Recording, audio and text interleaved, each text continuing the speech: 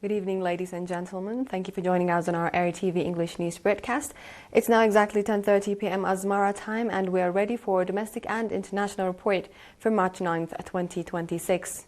Reporting live from our headquarters in Asmara and inviting you to stay with us is Heaven Yohannes, your news anchor for this session. Let's begin with the top stories. International Women's Day commemorated in the southern region. Microcredit and savings program contribution appreciated. Iran names Mojtaba Khamenei as new supreme leader after his father's killing. And earthquakes strike Greece and Japan.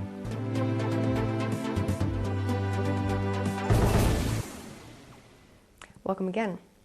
To begin with, the Southern Region International Women's Day, March 8, has been colorfully commemorated at Maidema in the Areza subzone at the Southern Region level under the theme Our Values, Our Shield. The event featured various cultural programs depicting the heroic feats of Eritrean women.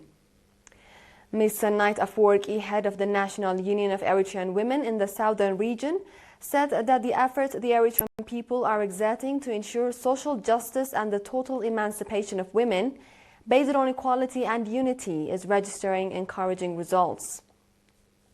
At the event, representatives of national organizations delivered messages of solidarity. In their message, the representatives expressed their conviction to stand alongside the National Union of Eritrean Women in all its endeavors.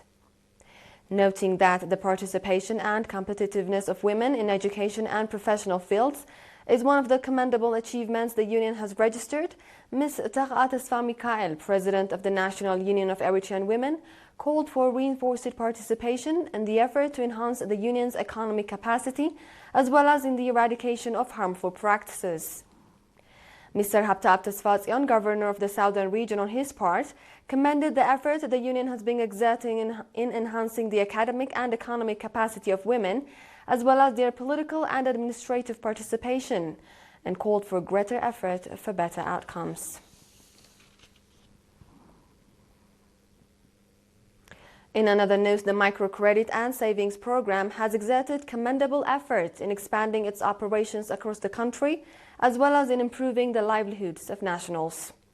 The comment was met at an activity assessment meeting of the program's 2025 performance conducted on March 7th. Mr. Tafla Asmerom, acting manager of the program, said that the objective of the program was to enable citizens living in remote areas who could not get loans from financial institutions for various reasons to have access to loans and improve their livelihoods.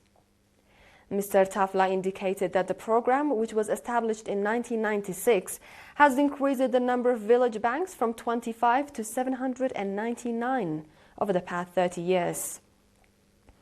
According to reports presented at the meeting last year, 228 million natfa was distributed to customers, while over 293 million natfa was repaid, registering a 17.8% increase.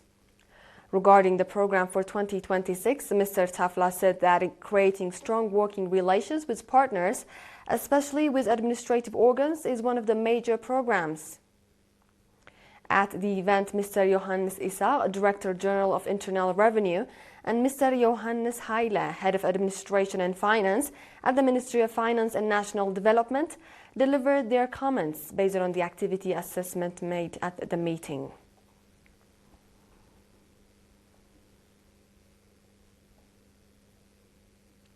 Moving on, Natfa Secondary School in Adita Kalezan has encouraged 10 outstanding students who scored high marks in the National School Living Examination. The outstanding students are members of the 37th round of national service. Mr. Waldeyesus Foto, director of the school, said that the awardees were students who scored a GPA of 3 and above, and that the objective of the program was to create a positive influence on fellow students to work hard in their education and become competitive. Mr. Surafiel Kfla-Georgis, head of the education office in the Adita Kalezan subzone, on his part, said that the promotional activities that have been carried out have significantly contributed to increasing female participation in education. Do stay tuned, dear viewers, for we shall be back with the international news after the short break.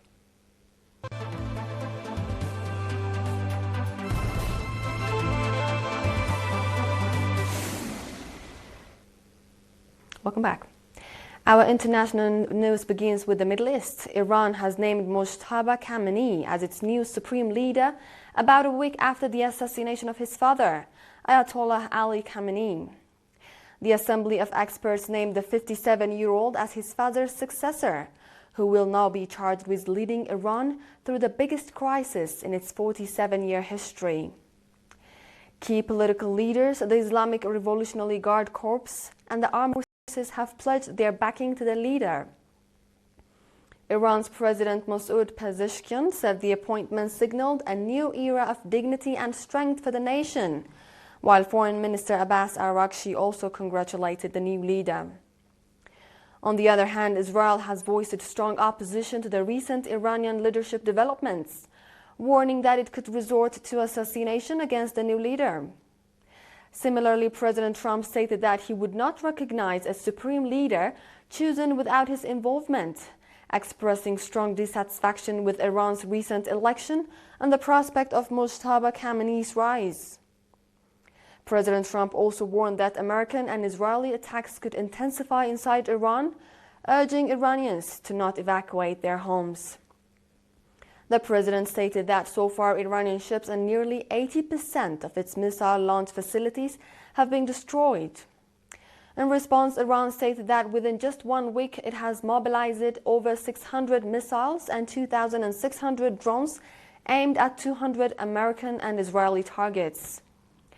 Meanwhile, Israel carried out strikes with rockets and missiles in southern Beirut and surrounding areas, with Lebanese government sources reporting that more than 400 people were killed in the span of a week. As a result of the mounting military and security tensions in the Middle East, global oil prices surged over $110 per barrel. In today's final report, an earthquake with a magnitude of 5.3 struck northwestern Greece overnight from Saturday to Sunday, authorities confirmed. The tremor was strongly felt in the Ionia region northwest of Athens, but no casualties or major damage have been reported, according to Greece National Observatory.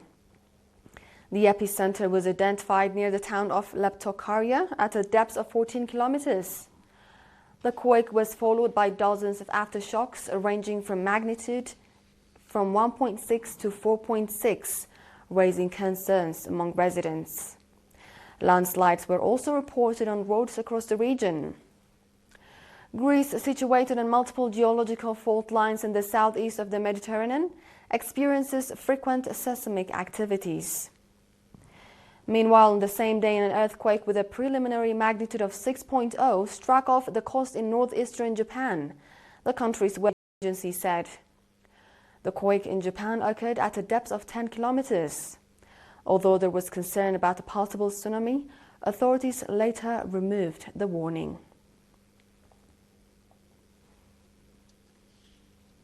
This concludes our domestic and international report for this session, dear viewers. And now the top stories once more.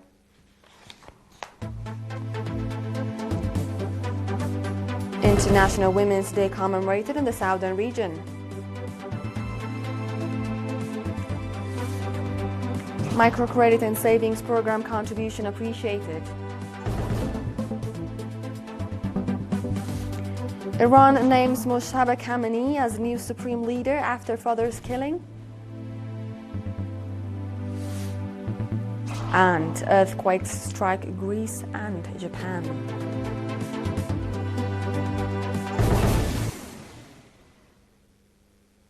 This was The World on Monday with ERi-TV English news broadcast. Dear viewers, from all of us here, thank you for watching. Join us again on our tomorrow's broadcast. Until then, stay well.